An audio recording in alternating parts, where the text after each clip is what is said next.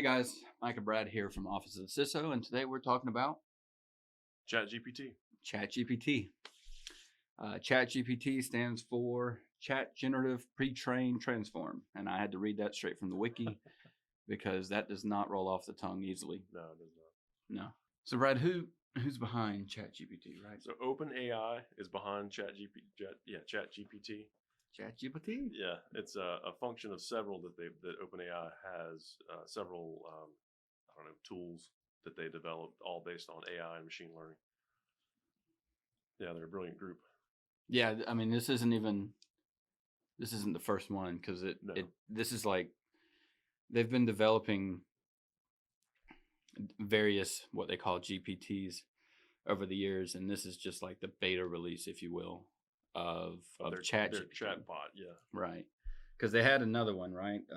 Instruct GPT, which was nifty, but it had some severe limitations. It took everything as fact, right? Yeah, super literally. Yeah.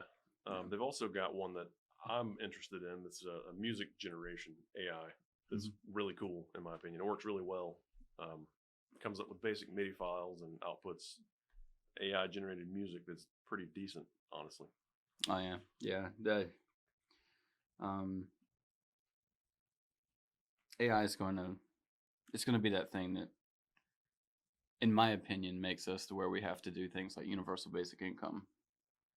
That's scary to me. Which is scary. I mean, because it's going to take over a lot of roles, like a lot of jobs that humans do now.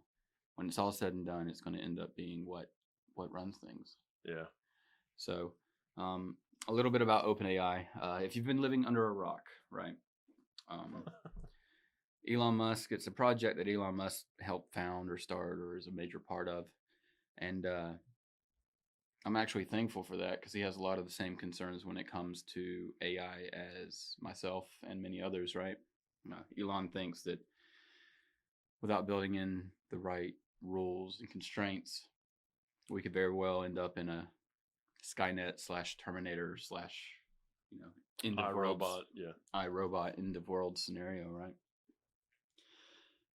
Obviously, anytime you have something that's able to learn at that rapid of a pace, 24/7 without rest, you end up in a situation where self-aware could be bad.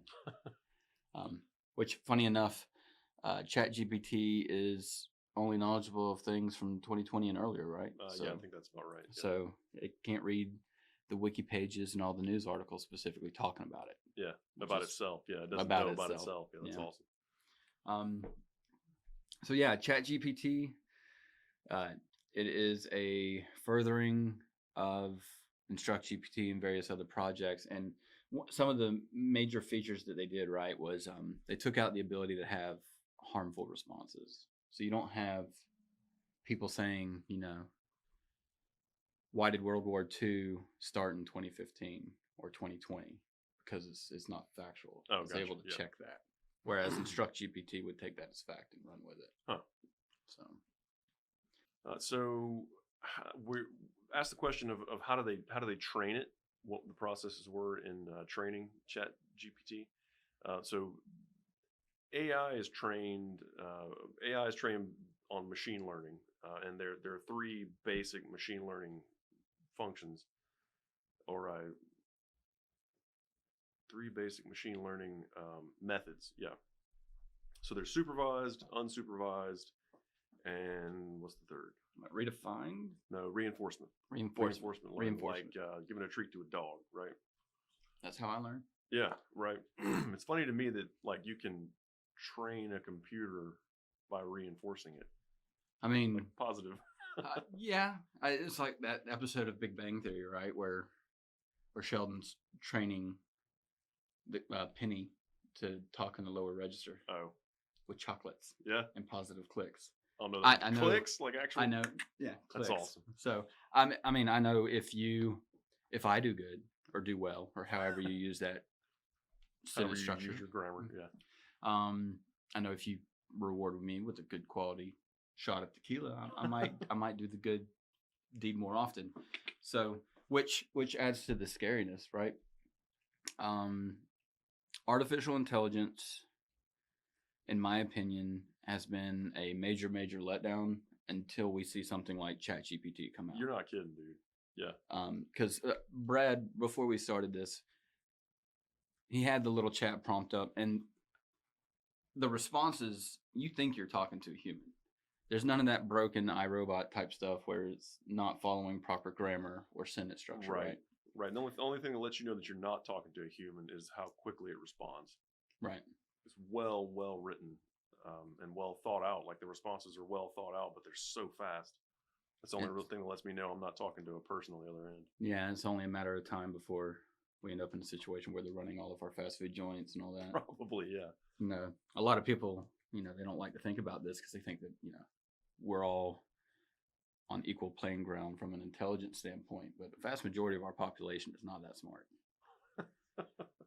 It's a very direct way of putting it, and this is going to put a lot of people out of business whenever it comes in full stream. This is beta. This is right. The hey, try me out. What do you think stuff, right? So it's going to be pretty good.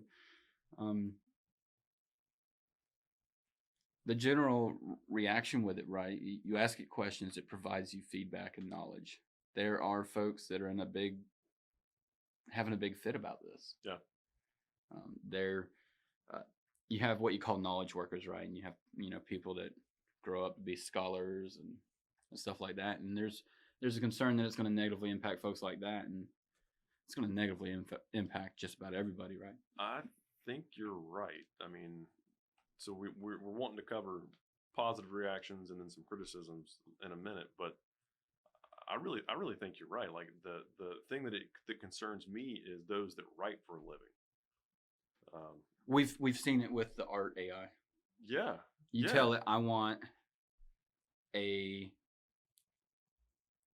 let's say I want a gorgeous 1960s Chevelle backdropped with this on the moon, and you end up with some beautiful pieces of artwork that come off looking like someone took some DMT, had a really good time, and was able to take a picture of what they saw. Yeah, completely. And then you can pick which feel you want in the artwork. It's crazy. Yeah, so we're already seeing it kind of disrupt music and art in general. I mean, all things creative, which blows my mind that it can replace our creativity. That's one of the things that I never thought it could touch. But dude, it's coming in and undermining our ability as humans to create. It's better than we are at things. I don't think there's enough drugs in the world for us to get that creative. I think you're right. Or survive it, yeah. Right. But yeah, so,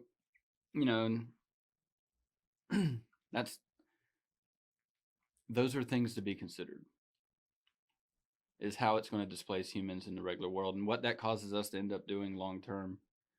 Like, are we going to end up like Star Trek, where the only thing that we work for is benefiting the species versus putting money in our pockets? Right. So now, obviously, AI can go 24/7, 365 without rest. Mm-hmm. When it's intelligent enough and able to learn and respond in a manner that ChatGPT is,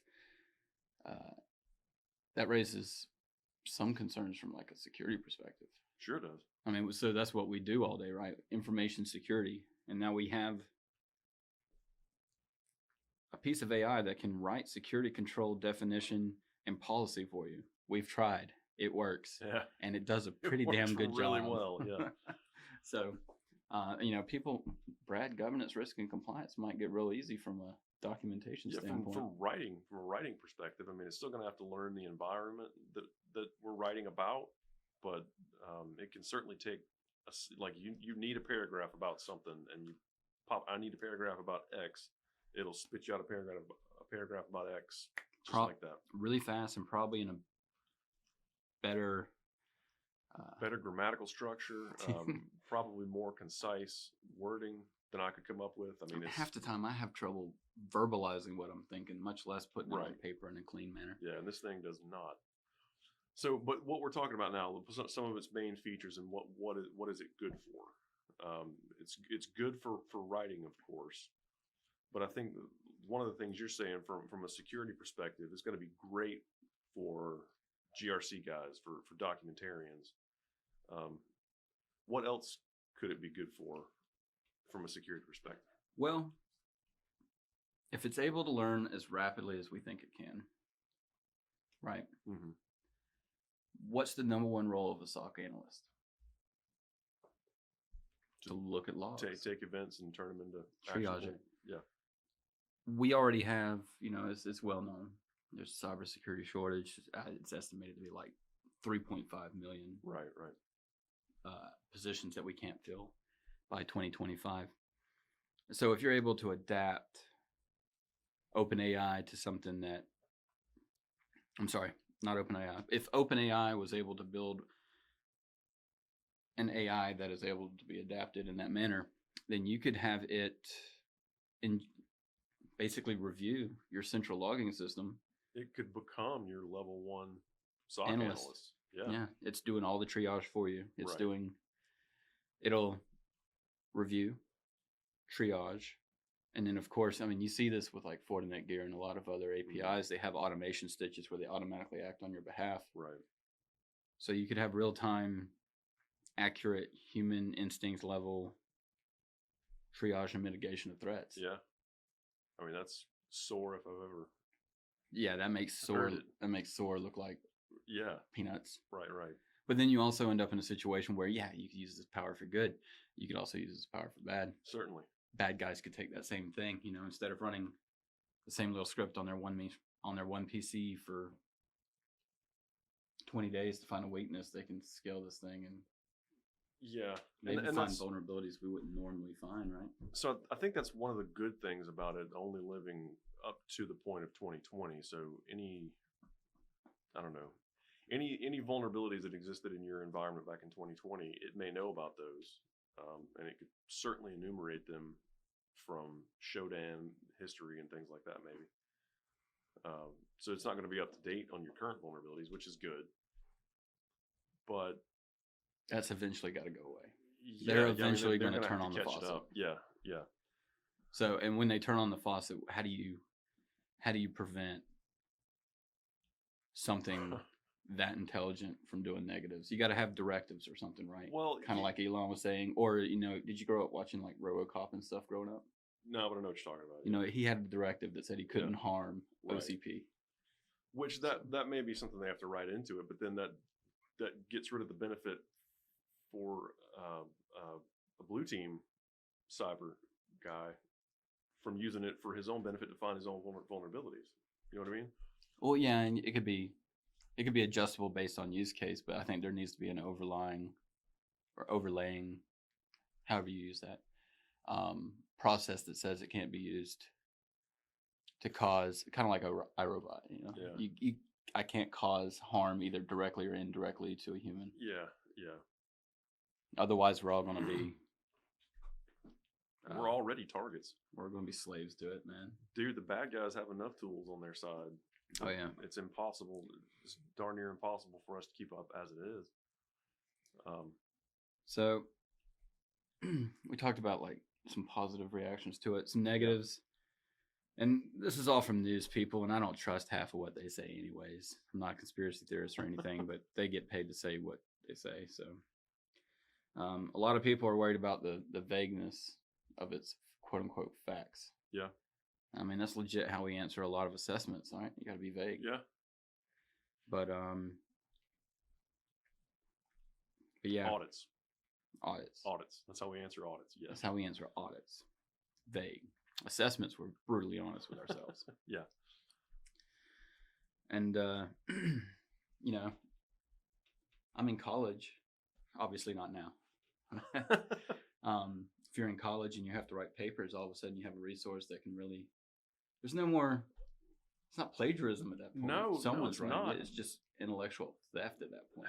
I mean, even if it's that, I mean, it's a good starting point for things like that. Like writing anything it gives you a really good starting point. I don't think I'd ever copy and paste everything that's generated by it and just go with that. But it's a great starting point to give you ideas about things that you probably may not have considered. And of course, if you don't like the ideas that it gave you, you can say regenerate that response and give me a new one. And it's just a good starting point, and you can build from there. So I mean, it's not. I don't know. I want to say it's not bad from that perspective, but It is when they just ask it a question. yeah, and Write run me with a it. paper about Yeah, the ups and downs of Tesla, yeah, and then people are going to turn in that paper. They're not going to reread it and edit it and make it theirs. They're going to yeah. just turn it in. That's Th- what people do. Kids are lazy. They are. People are lazy. Right. That's I mean, why we have drive-throughs. That's why we have DoorDash. and I know that stuff's going to happen. So there's going to be a way that we as humans figure out how to make quality above and beyond what's just auto-generated. Yeah. Because some way we're going to have to figure out how to make things stand out, and somebody will figure it out. But I don't know. Again, it's good in that aspect. Like it's a great. It'll give you a great starting point, a good foundation to begin whatever it is you're working on. Yeah. There's a lot of positives, a lot of negatives, but that's going to be the case with any technology, right? Yeah. Doesn't matter what you do. You know, like guns. Guns had an awesome advantage for us. We could go out and hunt more efficiently. Right. But also you can attack people and cause a lot of mayhem. Yeah. Right. So yeah. So I did want to talk about it's some I don't know. I'll say specific. I don't really mean specific use cases in the cybersecurity industry, both from a good perspective and a bad perspective. The thing is great about helping you write scripts and things like that. So you can request that it give you an actionable Nmap script to quickly let you scan your resources and figure out which ports and protocols you've got listening in your environment. Like you type that in there, tell me how to Nmap scan my environment quickly and effectively, and it'll generate the script for you. That might make a lot of our instructional videos obsolete. The ones that we haven't made yet. That's true. And it might. There's a lot of that it might do, but it's helping me do things. It's helping me automate things that are slow. So I've used it for a couple of scripts for auto updating signatures for certain vulnerability scanners and things like that. So I've gotten to where I use it to help me. I know what steps I'm trying to accomplish. So if I can get it to help me generate the script to complete that step instead of have me sit and hash out the script when I'm not a script writer. I'm the first one. I am the first one to leave out a semicolon that's required. Oh, in a heartbeat. Yeah, then that's what I mean. Again, it's all about starting point. So it can give you a good script, and then you can hone it in if you need to. I mean, its capabilities are amazing in that aspect, both for good and for bad. And I think what we'll see as it starts to catch up to today's news and things like that. I think it'll be used for vulnerability enumeration, for threat modeling and things like that, on both good and bad. If they don't shut off, like if they don't train it to not do cybersecurity work, you know what I mean? It's got I'm sure Elon has some licensed patent. I know it's called OpenAI, and their whole thing is about making it open to the world. Right. But they're getting some level of funding somehow to help feed. I mean, it'd be dumb not to use it and totally leverage agree. it from a security perspective. So I think that's all the questions I've got for us to talk through. Yeah. On it. So that is our opinion and our rambling about ChatGPT and where we think it's good, bad, and different, how it's going to change the world or not, and probably what we need to look out for, right? So it's definitely exciting. Oh yeah. At the same time, seeing the level and the quality of the output is terrifying. That's creepy. Yeah. I mean, if you grew up watching, Terminator, oh my gosh, it definitely feels like a Skynet type situation could come from it, which scares the hell out of me. But most new things do, right? So, well, I'm more than happy to let it ride, and if I end up having to be, John Connor in the future, oh well, because I want to see where it takes us.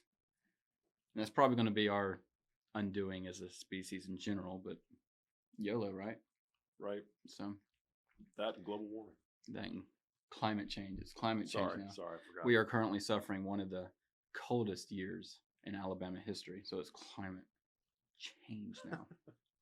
So thank you guys so much for your time. If you have questions about OpenAI or thoughts or anything like that that we could possibly use to make a follow-up video or to help keep our interactions collaborative and organic, please don't hesitate to leave them in the comments below. And of course, if you haven't already, hit the like button, the subscribe button. It helps the channel out. It helps spread security awareness, which is the primary focus of our channel. This is, we don't use this to drive traffic to our business. It's mostly educational with some opinion in there as well. Yeah. It basically gives us the ability to vent. So Because we have those opinions. we have opinions. But yeah, comment below, like, subscribe, and we look forward to next time. See ya.